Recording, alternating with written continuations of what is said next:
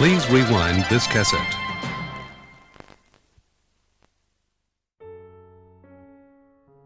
Remember the end of The Dark Knight? After Harvey Dent dies?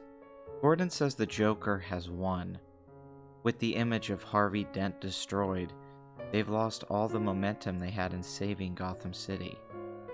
Batman then says something so interesting that it stayed with me all these years later. After taking the fall for Harvey's crimes and saying the now famous, "You either die a hero, or you live long enough to see yourself become the villain." Batman gives a reason for his decision, as we see Alfred burn a letter from the now dead Rachel. Because sometimes the truth isn't good enough. Sometimes people deserve more. Sometimes people deserve to have their faith rewarded. Cut to 2017 and I'm watching Dunkirk in the cinema. Cillian Murphy's character accidentally injures a young boy that eventually leads to his death. He later asks the captain of the ship if the boy is alright, and in a beautifully matter-of-fact way, the man lies to him, because sometimes the truth isn't good enough. People always talk about Christoper Nolan films in terms of structure or aesthetics. What I think gets ignored a lot of the time is his themes. Not just a fascination with time or using tropes from the noir genre, Nolan is also obsessed with lying, and in particular the lies we tell ourselves. Memento, told in reverse, reveals to us the lead character chooses to lie to himself instead of repeating a cycle that is out of his control. As he drives down the road, we see a car backing into a parking spot, visually representing the way Nolan wishes to tell this story. Guy Pearce closes his eyes and asks himself if the world is still there. We all need mirrors to remind ourselves who we are. In the end, you make your own truth. Do we lie to ourselves to be happy? This theme continues into Nolan's remake of Insomnia. Pacino's character kills his partner who's going to testify against him in court. The movie questions if he wanted to do it, or if it was simply an accident. He lies to his fellow officers to save his own skin. The only person who knows this is the killer he was trying to catch in the first place, played by Robin Williams. Pacino's character can't sleep, and as the movie goes on, the guilt of this lie begins to challenge Pacino's morality. I don't want to go through every Nolan film, but this stuff is throughout following The Prestige, Inception, and of course, The Dark Knight. Dark Knight gets a lot of flack from the art house crowd for its overstating of theme. Long stretches of dialogue spell out what Nolan is trying to say about urban decay, morality, chaos, and how one controls the masses. This point isn't lost on me, but I think this moment of dialogue is underrated. It gives the movie more texture, as it was all building towards an emotional payoff for the relationship between the characters. This isn't about a final action scene, we get that with the Joker. No, this movie ends on people having to make decisions, ones that forever impact the future of their lives. This is one of the reasons Dark Knight is better than so many comic book movies. But Nolan had been making this point for years before this, but he took his chance with what he had to know was going to be his biggest movie, and he just said it.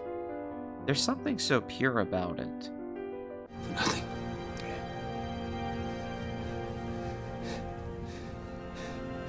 You never understood why we did this. The audience knows the truth. The world is simple, miserable, solid all the way through. But if you could fool them, even for a second, then you could make them wonder. And then you got to see something very special.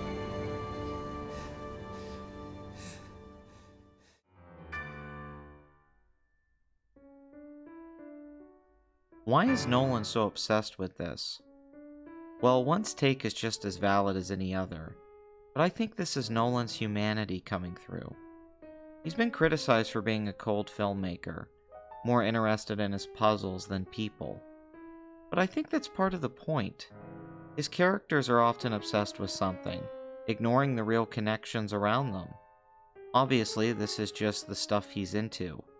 Blade Runner is one of his biggest influences, and that movie deals with having fake memories to be convinced you are a person. But since memory is subjective, isn't that what we all do? And if movies are an illusion, a lie, is this Nolan commenting on storytelling and the medium of film itself? For years, there's been a popular theory about Inception being about the process of creating a movie. People even point out things that DiCaprio's character dresses and has a similar haircut to Nolan. If Nolan's whole thing with the Dark Knight trilogy was to make Batman as realistic as possible, then is this line Nolan communicating directly to the audience? You want to believe in Batman. Sure, he's a comic book character created by Bob Kane and Bill Finger, but he's been such an important part of so many of our lives. Well, maybe in some weird way he is real, like we manifested him just by our sheer belief. Or at least he's real in what he represents to us, and that's valid enough to be true. One can't help but wonder if this is the key to finding the man in the art. Does Nolan see himself as a man obsessed with his toys, creating these lies in order to make himself happy? Maybe Nolan is in more pain than we might think from an outside perspective. Sure, he's worth $200 million and he's easily one of the most successful directors of all time, but when you really break down these movies, you can't help but feel sad for these guys. The lie never really ends up being the solution. Even with The Dark Knight, the next movie in the series uses these lies to hurt almost all of the main characters. Alfred does tell Bruce about the letter from Rachel. The people do find out the truth about Harvey Dent. Because in life, the truth has a strange way of coming back later, when you think it's been put away somewhere, never to be found. If you're in the ending of Inception is a dream theory, then Cobb's story is pretty tragic. The guy is living in a fake reality in order to make himself happy after the death of his wife, a death he very much had a part in. Wait, he also does that in Memento. Alright, so Nolan repeats himself a lot. And Jimmy Two Times, who got that nickname because he said everything twice, like... I'm gonna go get the papers, The point is, Cobb's actual children are still out there, waiting for him to come home. But he lives in the lie. In the original version of Insomnia, our main character leaves and lets the guy get away with it. Most people prefer this and accuse Nolan's more heroic ending being a Hollywood cop-out. But I don't see it that way. I think it's more about this guy coming back to face himself. As he's dying, the young cop played by Hilary Swank says she will get rid of the evidence and nobody will know what he did. But he tells her to do the opposite, to not lose her way. Nolan is saying that the lie isn't worth it, at the cost of what part of yourself you lose in the process. So wait, I know this is going all over the place, but this opens up so many different takes for all of his movies. Does Nolan really go for the cheesy Hollywood ending? Maybe sometimes, but a lot of these stories feel like the downfall of men who betray their principles. When Mark Rylance lies to Cillian Murphy in Dunkirk, that maybe isn't the right thing to do. Sure, it helps keep him calm, and in wartime you have to make compromises. There's certainly wisdom in doing it. But then Murphy's character never has to face what he did. They even put the death in the paper at the end of the movie. But what if he finds this out later? I'm not saying that's what Nolan was going for. In fact, I don't think that's what he was going for. But one of the nice things about this is that you can read into it. But how can you tell the truth all the time? Would any marriage, job, family, or basic human interaction function if people didn't lie? Because most of the time, the truth would be far too painful. If you know what the person said or what she actually did, your faith that people are better than that should be rewarded. Or else what would be the meaning of it all? How could you go on if nothing you had faith in mattered? I'm not talking about God or something you can't prove. I'm talking about the things you deal with every day. Nolan likes to play with time and will often use a nonlinear structure. I think to make a point about the importance of how we experience events within a story, how it matters more to us than it does to the material itself, or the characters.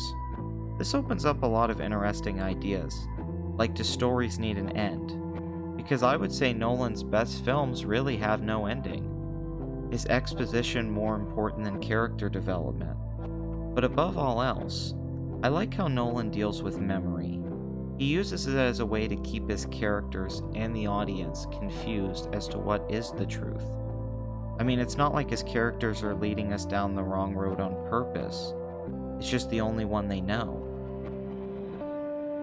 It's easy to be cynical, and apathy seems to be taking over art these days. It seems to be taking over our culture. Nolan challenges that apathy with big-budget original films. He proves that it's still possible for a filmmaker to sell a movie on good marketing and his name alone. Put aside the ambition of the man, and what you have is someone reflecting our truths back onto us.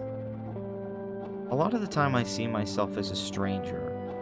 Trying to know who I really am only gets more complicated as I get older. I feel like if I sat in a room by myself for days, outside of going a little nuts and thinking about death all the time, I think I wouldn't like the person I find at the other end of that journey. I wouldn't like me. I hate me. So how does one fix this? When you get brain damage? When you kill your partner? When your parents get gunned down in front of you? When you lose everything to capture a moment of awe in the faces of others? When your morality is tested? When a dream starts to replace reality? When time leaves you behind? When the will to survive is the only thing that keeps you alive? You lie to yourself, because sometimes the truth isn't good enough.